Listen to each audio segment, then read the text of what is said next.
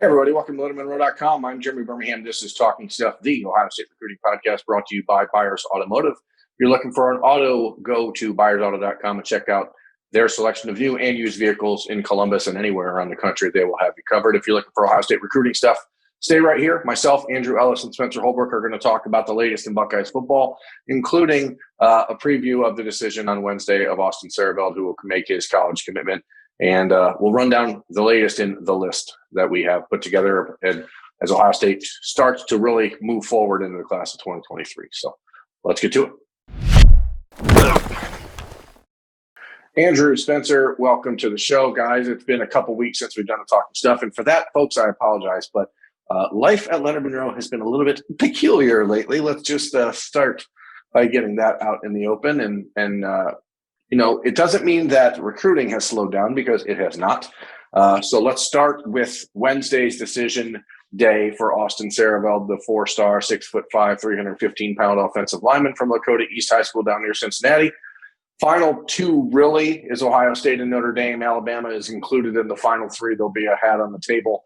But I think this is coming down to Ohio State and Notre Dame in the last couple of weeks. And he's made visits to both schools multiple times. He went to the spring game for both schools. He's done everything that you want a recruit to do if you are an objective viewer of recruiting, right? Like, this is a kid who, when he was offered by Ohio State on Halloween of last year, he had no ranking. He had one offer. Nobody expected him to take his commitment beyond like 3 days later. I mean, everyone expected a recruiting decision to come immediately. And Siereveld, to his credit, said, I need to make sure I fully investigate these options. And I think it's funny because though everyone has still expected him to choose Ohio State on Wednesday, and I think ultimately we'll agree that he probably will. See, the facts are Notre Dame made this very interesting, and for some reason that's one of the little bugaboos for Ohio State fans is whenever Notre Dame's involved for an offensive lineman in the Midwest, you sort of get antsy, right? Yeah, it is. There's a few positions that Notre Dame kind of struggles with, like cornerback and wide receiver. But when it comes to offensive line, like, there's no shame in being locked in a battle for a 4-star offensive lineman with Notre Dame. I mean, they're one of the best programs in the country when it comes to recruiting, developing, and sending those guys off to the league. So not surprising.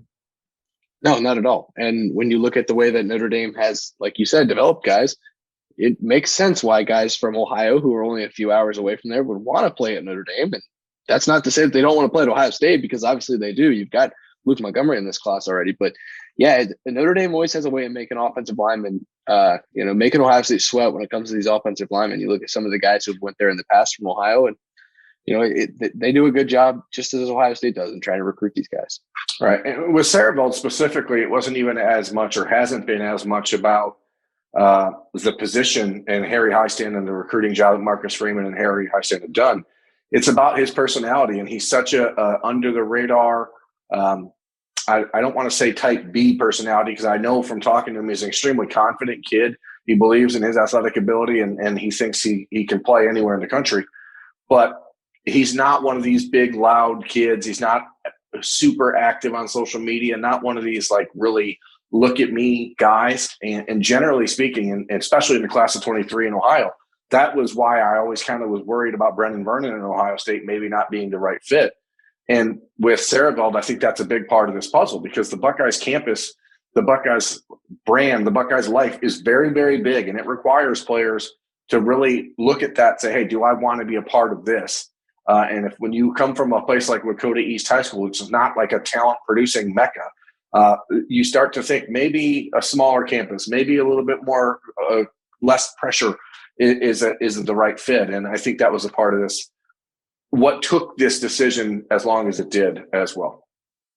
Yeah, I think we talk a lot about fit, and it seems like kids that fit Ohio State, a lot of times they tend to fit like a Clemson or Notre Dame as well. And just him taking the process the way he did and kind of going slow about things and doing his research, I think that's kind of led to some, hey, is this kid really going to end up at Ohio State kind of thoughts from the fan base. I know there was a time when I thought maybe he was going to end up at Notre Dame and Berm. I think you were probably in the same boat with that. But, everybody handles the process differently. He's not as out there as Luke Montgomery and retweeting things and actively recruiting. So it's just he's handling it his own way. Yeah, but I think not every guy needs to be like that in the class.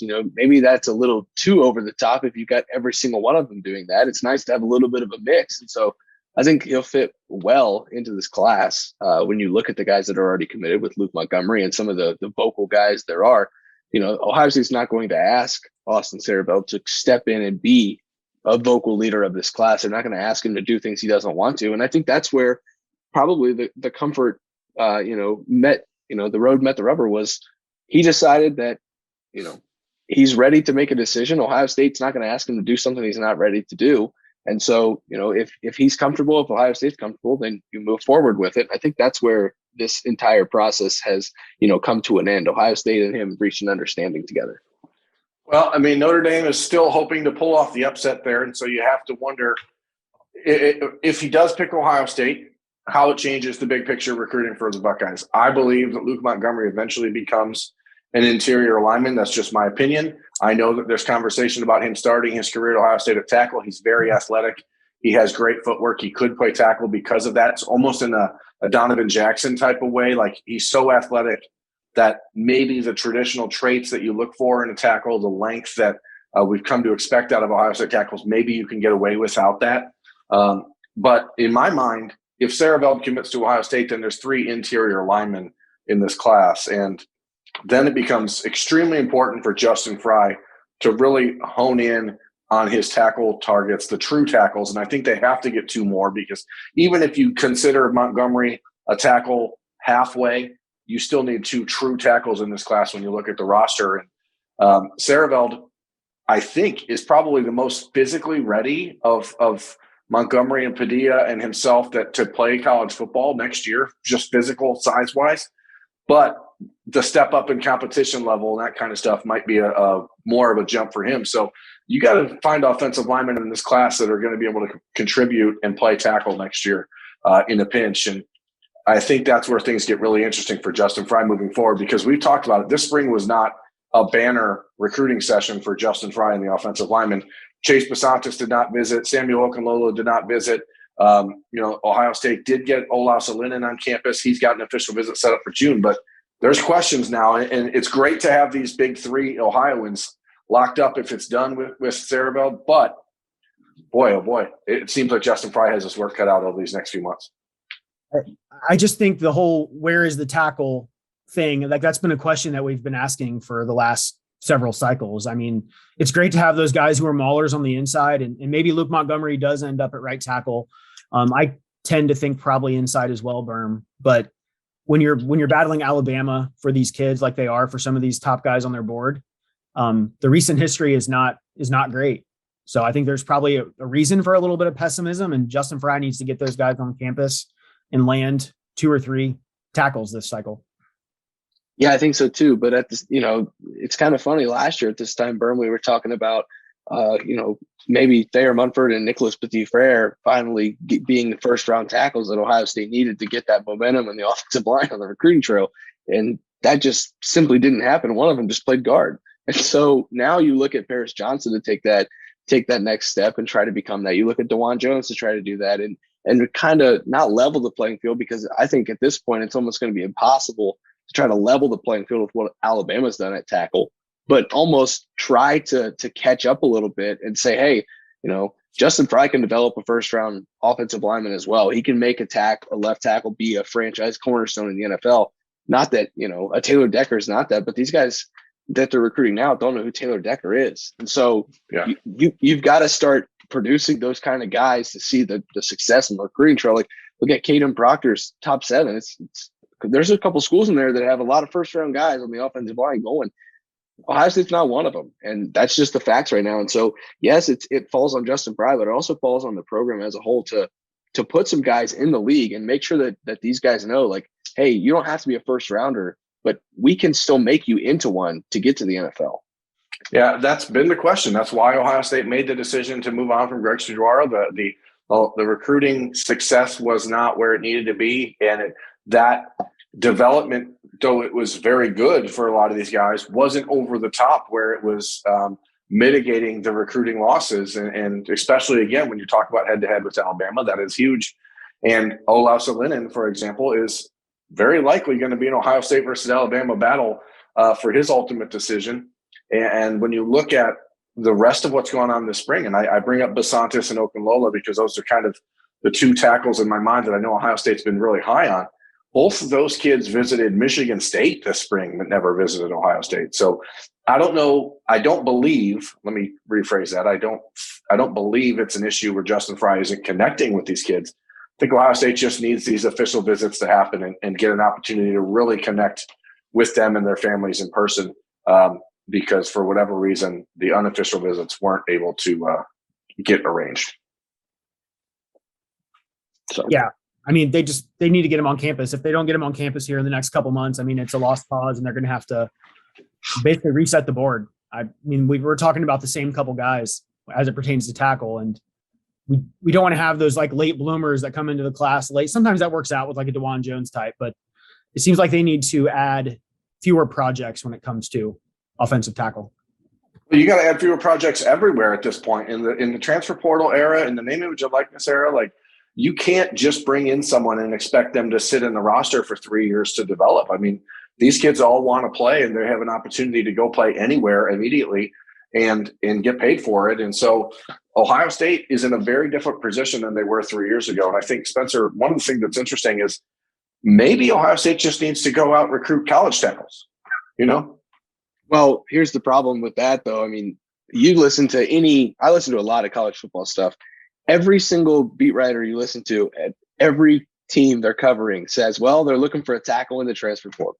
And then you run into the same issues that Ohio State's running into on the recruiting trail. Like, how do you get to the NFL from there? And so I think this all just simply comes back to put guys from the tackle position into the NFL at high draft picks. And Ohio State is going to need to show that. But yes, they are going to need to take some offensive linemen from the transfer portal moving forward, in my opinion, maybe shift the philosophy there, because, you know, I think of Jacob James as a guy who I think can have a successful Ohio State career in the next couple of years. He and a couple other of these guys, maybe a Josh Fryer, might be the last, projects Ohio State ever really works on in the offensive line. You can't take those kind of guys anymore. You have to take guys that you think can come in and produce, or else they will leave. And so that's just the way college football is right now. But even the guys that are producing can leave now. That's the weirdest thing. And because, exactly, you know, this is where Ohio State fans, I think, are. I mean, that's why I love talking stuff presented by Buyers Auto, because we don't have a script. And so now I wanted to talk about something. Now I'm going to talk about something totally different. Ohio State fans are panicked in a way about name, image, and likeness, and the way that it seems every other school around the country is using it very, very aggressively, and the Buckeyes are not. And I want to be very clear. Ohio State is being very aggressive on name, image, and likeness. They're just not doing it with recruits because that's not within the rules. And period. And so I know it's crazy because everyone else is just flaunting the fact that these rules are being broken because there's no enforcement anywhere. But it is still not allowed by the NCAA to use NIL as a recruiting inducement. And so Ohio State, I mean, kids come to campus and they meet with CJ Stroud. And if CJ Stroud pulls open his bank app on his phone, I guarantee you every kid that wants to know how much money Ohio State recruits can make know how much money CJ Stroud has made. I know that. But it's like you see the Carnell Tate stuff and the rumors about Tennessee and the amount of money that Nico Iamaleava apparently was offered by Tennessee, and the money that Jordan Addison, the Pitt wide receiver transfer, is being rumored to have got on the table from USC and some others. Like, this is crazy town, banana pants that we're entering. Like, what are we doing, college football? What are we doing? Find someone pay attention to the rules. Someone enforce the rules. Yeah, I mean, I agree. I think Ohio State's doing fine with NIL with its current student athletes. But when it comes to the recruiting aspect of it, that's when it feels a little strange when you hear about these deals. And I saw today, I think it was inevitable that the NCAA was going to come in and do something about it. And I saw they're going to look at that now. Like I said, it was inevitable, but it kind of feels like it's almost like an attack on Tennessee and USC just because some of these recent rumors that we've heard. But I mean, Ohio State's doing fine with NIL, and the guys who want to come to Ohio State and invest in their long-term futures, I mean, they're still going to do that. But it's just strange. It's just strange times we're living in right now. Spencer, because Ohio State's not going to recruit a kid that name, image, and likeness money is the most important thing to him. They're just not going to recruit those kids. Yeah, absolutely. And I think, we always talk about Ohio State's trying to find the best talent with at the right fit. And I think now more than ever, you've got to find the person who fits. And that's not, meaning fits into the budget like some of these other places are. And, Berm, here's the crazy thing. We tried to steer clear of accusing people of cheating on this show for a really long time. And, some schools were paying recruits before this happened, under the table and whatever. And we wouldn't really brush up on it. It's all public now. It doesn't matter. Like we it's open, it's out there. And so like Ohio's just not going to pay these guys to come to the school. They're going to get them paid once they are producing on the field, or once they are, a highly rated prospect that's going through, spring camp for the first time. Like then they're going to help these guys get deals. They're not going to set up deals, with a 17-year-old before the kid gets on campus and offer him something. Like that's just not how they're going to do it. So the fit is even more important now than ever. They're trying to culture build. They're trying to find the fit. Well, the fit just took on a whole new meaning now.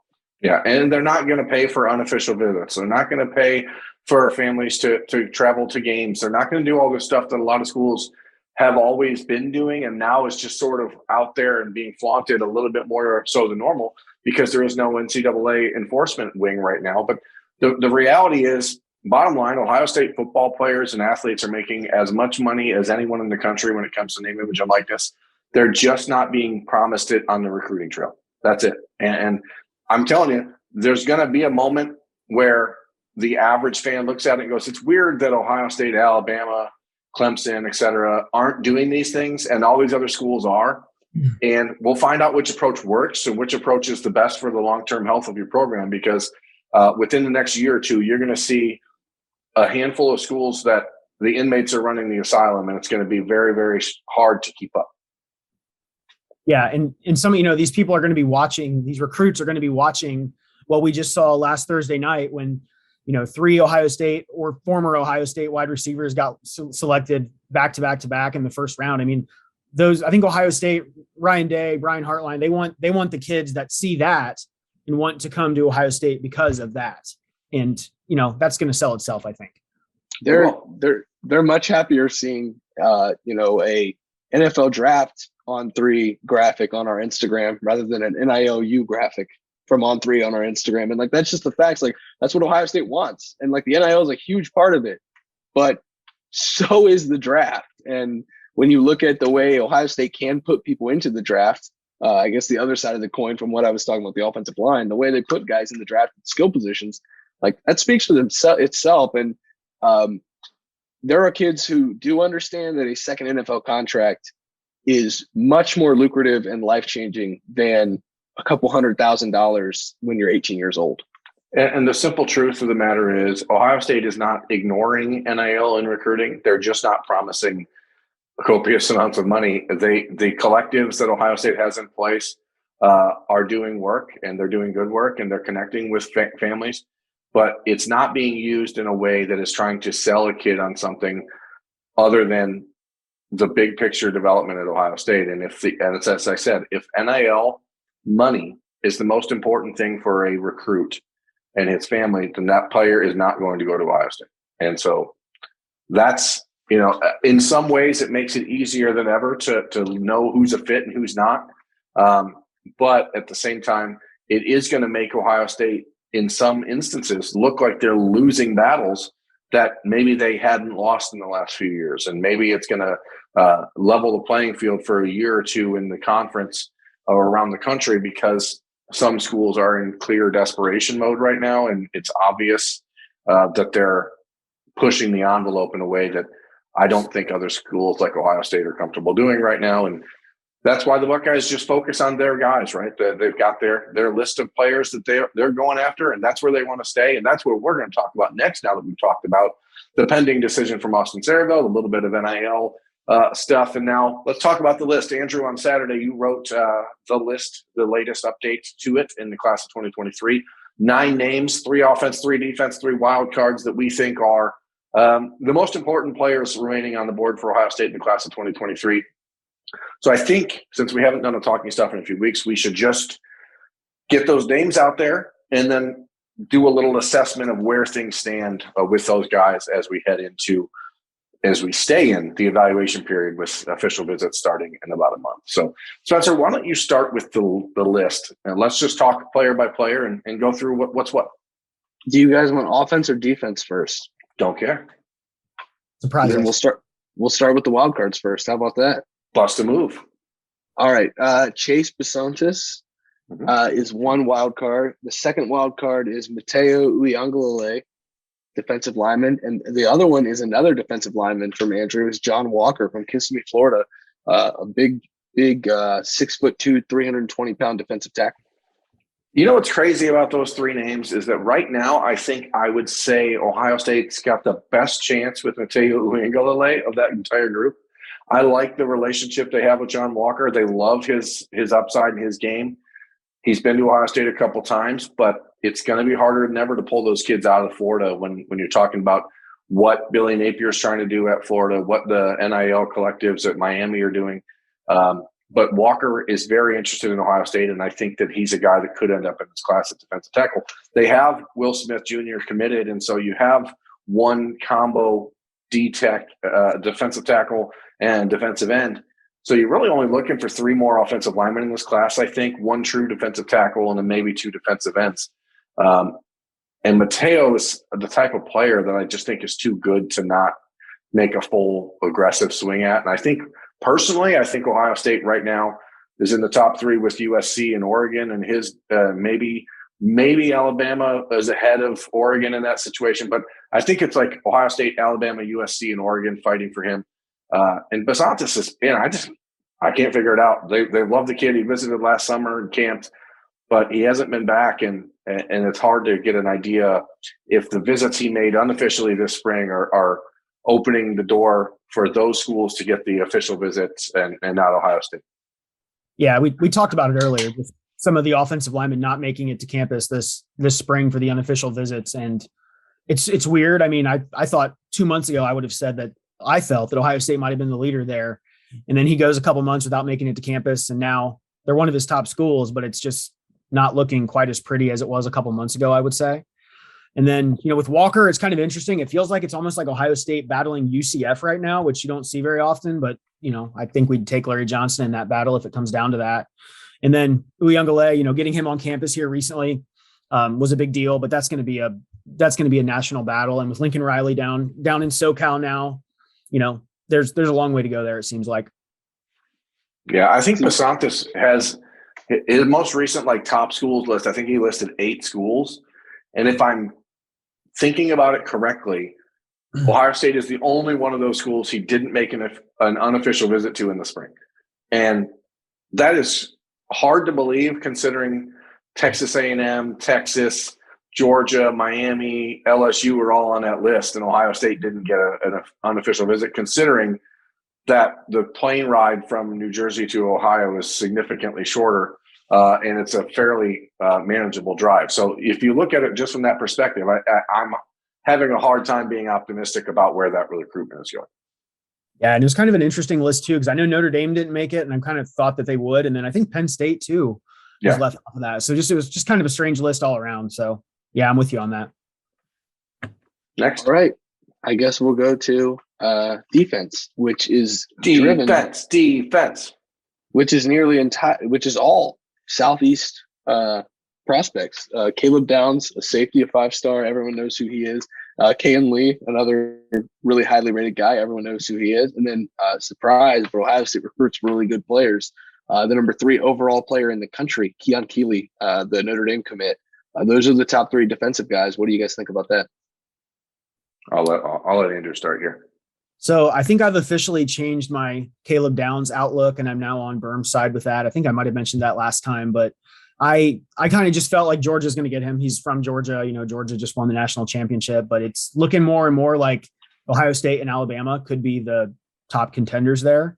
So I think he's getting back to campus in June for an official and wants to decide by the end of July, maybe before his senior season. So, I mean, one of the best safeties in the country, even with 2 safeties already committed, there's a good chance Ohio State takes at least 3, maybe even 4 this class. So he's one of the best players in the country, regardless of position. Kayan Lee, cornerback, they need corners. The one-time Georgia commit visited this spring. I would say Ohio State's in the driver's seat right now with that one. And then Keon Keeley, I mean, does he stick with his Notre Dame commitment? He was just there last weekend signing autographs in South Bend and all that stuff, but Alabama and Ohio State are not going to stop there. So that would be a very big deal if they're able to flip him from the Irish. Yeah, with Keon, what's interesting is that I don't think we're going to hear about him taking official visits to other schools, but that doesn't mean he's not going to do it. And that's where a kid like him, great kid, truly one of the better, just a really great kid to talk to.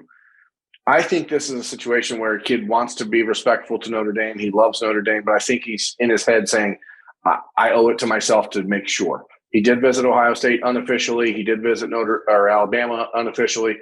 I wouldn't be surprised if he makes official visits to those schools in June just to verify what he's thinking. It's still an uphill battle for Ohio State, but I personally believe if someone's going to flip him from Notre Dame, it's going to be the Buckeyes and not Alabama. I just think that he's a kid that the culture at Ohio State, Notre Dame, as a Tampa Berkeley prep kid, same high school as Nick Petit-Frere. He wants that sort of culture, I think. And obviously Alabama is the best program in the country for a reason, but it is different than Ohio State and Notre Dame. And I think that he'll be, I would put the Buckeyes as the true threat to flip him. With Caleb Downs, go ahead. I was just going to say, and now it's an interesting situation because you have Al Washington trying to keep him away from Ohio State. But sorry, go ahead. Caleb Downs. Go ahead. I can interject on this Caleb Downs thing. This is I don't mean to be distracted, but I think if Caleb Downs commits to Ohio State, I'm going to say something that might drive you guys crazy, but I think it's bigger than when Raekwon McMillan committed to Ohio State. It's Von Bell-esque. Von Bell's decision to commit to Ohio State over Alabama in 2013 was the recruiting win that spurred Urban Meyer to a national championship, or spurred him to a national championship. Yeah, exactly. And I think that Caleb Downs could be on that level because, so I'll use Raekwon. I didn't look up the Von Bell, but Raekwon McMillan was from near Savannah, Georgia, not close to Athens. So you could understand maybe the pull to not need to go to Georgia. When you talk about Caleb Downs, this is a kid that is in high school, if I have this correct, 39-minute drive, 30 miles from Athens, Georgia. I don't know if we talk enough about the ramifications of what that actually means for Ohio State if they can pull this off down south. That would be absolutely massive for Ryan Day to go down in the heart of that territory and pull out a 5-star top 15 overall player at a safety position that Ohio State needs to be top notch in the next couple classes. Here's the thing about Raekwon is that Raekwon's family was a military family. Okay. So he grew up moving around a lot, didn't have a huge Georgia background. Yeah. Georgia and Mark Richt did a very bad job of recruiting him early. And really it was Ohio State and Alabama as the final two for Raekwon. Though Caleb Downs does live that close to Athens and that close to – there's no Georgia ties in his family. His father played at NC State. His brother plays at North Carolina. This is trying to avoid hyperbole. Caleb Downs is a professional football player, okay? This is a guy that is thinking bigger than just what school is going to show me the most love. This is a kid who's looking at the entire picture of things. And he's a very different personality. He's just not a kid that's swayed by anything other than what is best for Caleb Downs. And that's the way it should be when you're talking about these kids right now. I guess I was trying to just talk about optics. The optics of this would be without massive. question. Without question. That's why everyone had him initially crystal ball to Georgia. He's from Georgia. He's going to go to Georgia. But it's not the case all the time. There are unique and individual circumstances that every kid has. Spencer, you missed a really good time with the Von Bell stuff back when you were like a toddler or whatever. I remember that so vividly. I remember exactly what he was wearing when he committed, which is probably extremely weird and probably says more about me than it should. But that's exactly who I would compare this to if Ohio State's able to land Caleb Downs. It would absolutely be Von Bell 2.0 when he was wearing his yellow shirt and suspenders. Yeah, The beauty of that decision is that nobody knew. Ohio State did not know until he said it on TV, and that was, such a rarity to get to that point in a 5-star player's recruitment. And my personal take on the opinion, my personal opinion on Caleb Downs is that he's going to end up at Ohio State. I think the relationship between him and Perry Eliano has just been that much better, and I really believe that he is going to be Ryan Day's Von Bell, and I'm going to stick with that. Alabama is obviously scary as hell to Alabama. They get whoever they want. It's the reality of recruiting is if Alabama wants someone, they're going to get them, and that's the challenge. And that's I'm not meaning to skip over Kay and Lee, but we've got 9 minutes left on this podcast, and so I wanted to talk about the offense because if we're talking about Alabama, we have to talk about Richard Young and Brandon Inniss, because those two both have key visits coming up to Alabama. Richard Young has been to Bama like 3 times in the last couple of months. He's not been to Ohio State since he's been there in October. He was at Ohio State 3 times in 4 months last year. The relationship with Ohio State is as good as it's ever been. He is coming to Ohio State for his official visit the June 24th through 26th weekend, same weekend that Justice Haynes is. So it's going to be an interesting vibe with both of those two on campus. I think that's a situation where Tony Alford can basically sit down with them and say, if either one of you want in, say yes. And then that's it. But this isn't a situation where Ohio State did something wrong or Ohio State's fading. It's Ala freaking Bama. You know what I mean? Like it's Alabama. They're really, really good at this stuff. And they have an offense that features a running back and is productive for running backs. Their running backs get drafted the same as Ohio State's do. They win national championships every other year. Like it is hard to beat them. And so if Richard Young ends up at Alabama, and I truly believe still it's Ohio State or Alabama for him, we'll know probably first week of July, I'd imagine. But if they lose it, it's not because they didn't give it their best shot. I mean, it's Alabama. Yeah, I don't think that Ohio State's like lost that battle right now by any means. I know the recruiting prediction machine has Alabama as the heavy favorite, and rightfully so. He's recently visited there. They're closer to home. They produce at the position. But the bottom line is Ohio State, Tony Alford just needs to get him back on campus in June, and then anything's possible. Absolutely. And I think that's another, I don't want to just make it all about this for now, but that's another, like, you pull a 5-star running back from Virginia and Travion Henderson. That's one thing. You pull one from, South Florida, Central Florida. Like that's another optics play where you can just say, we can go anywhere in the country and get a guy we need. Like you can do it on defense with Caleb Downs. You can do it on offense with Richard Young. And by the way, you're going to have to beat Alabama for both of them. I mean, this is as statement class as you can get for Ohio State if you can try to get these guys in it. I think Richard Young would be just as big of a pull from the South as Caleb Downs would be. As we're talking about the list, we already talked about Olau Salinen, so I don't want to dive too much more into that. But one guy that's not on the list is Carnell Tate. One guy that is on the list is Brandon Inniss. Another guy that's not on the list is Noah Rogers. And I think all 3 of those guys could be used as one player in a weird little way, because I really think Ohio State still, my belief is that Ohio State lands all 3 of those receivers to go along with Bryson Rogers. I think that the USC talk for Brandon Inniss is still a concern, but to me, it's Alabama that's the bigger concern. I don't see him going out to the West Coast for college. It's just my personal opinion. And the Carnell Tate, I don't know how many more ways that relationship or that recruitment can twist and turn.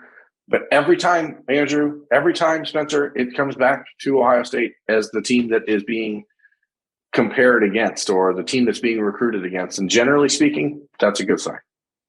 Yeah, I mean, Notre Dame surged at one point. Tennessee surged. I mean, it's Ohio State is the kind of the team that's just always there, the constant. And I think he hasn't scheduled an official to Ohio State. And does he really need one? I mean, he's been there a dozen times. So I think people see his official visit schedule and don't see Columbus on that list and kind of panic a little bit. But I'm right there with you, Berm. Either one of those 3 guys could be in that receiver slot that I had listed. And I tend to agree that Brian Hartline's going to get all 3. He's pretty good at this. Well, the one thing that I'll say about this Carnell Tate saga and the possibility of that is, like, he says he wants to commit this summer. He told Chad Simmons he wants to commit this summer, and that's fine. But he hasn't really been to LSU as much. He hasn't been to Georgia as much. He hasn't been to Tennessee as much. But he's been talking to Tennessee a lot. If he's ready, if he's closing in on a decision, like he's told Chad Simmons, and he's visiting those places for either the first or second time when he already knows exactly what Ohio State is. To me, those schools are all kind of the soup du jour, and Ohio State is like the constant. And so that tells me that Ohio State is in a really good position.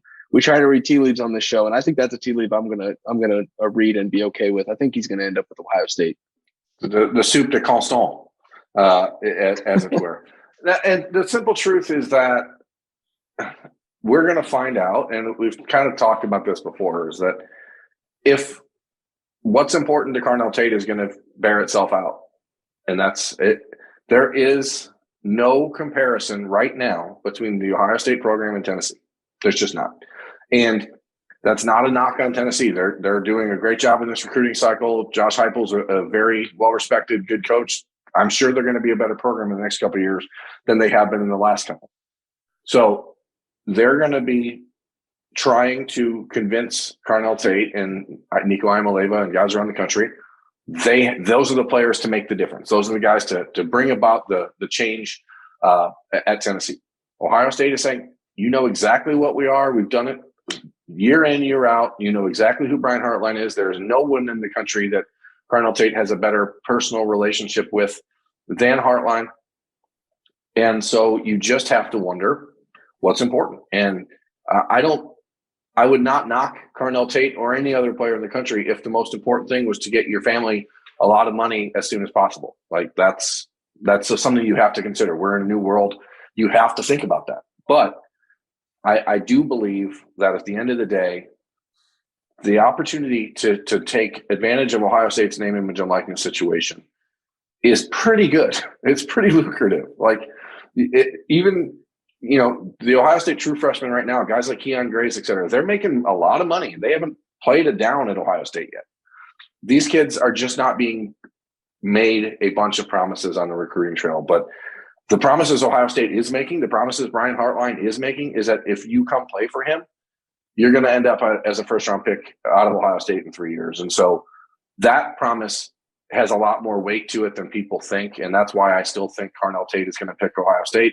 That's why I think Brandon Ennis is going to pick Ohio State, and that's why I think Noah Rogers, who we don't talk about much because he doesn't talk much, that might be the steal of the class. Noah Rogers is a bad dude, like a bad mamma jamma. Like that guy can play football. And I know people, it's Ohio State or NC State. Maybe it's not a good – he's a really good player, folks. And if you need to go watch him, watch him. We spend so much time talking about Tate and Ennis and all these other guys that we don't talk about some of the guys that handle their recruitment a little bit different. But he's a good player. We got less than a minute, guys. Final thoughts. Andrew, go first. My final thought is that Brian Hartline is a fairly good recruiter and coach.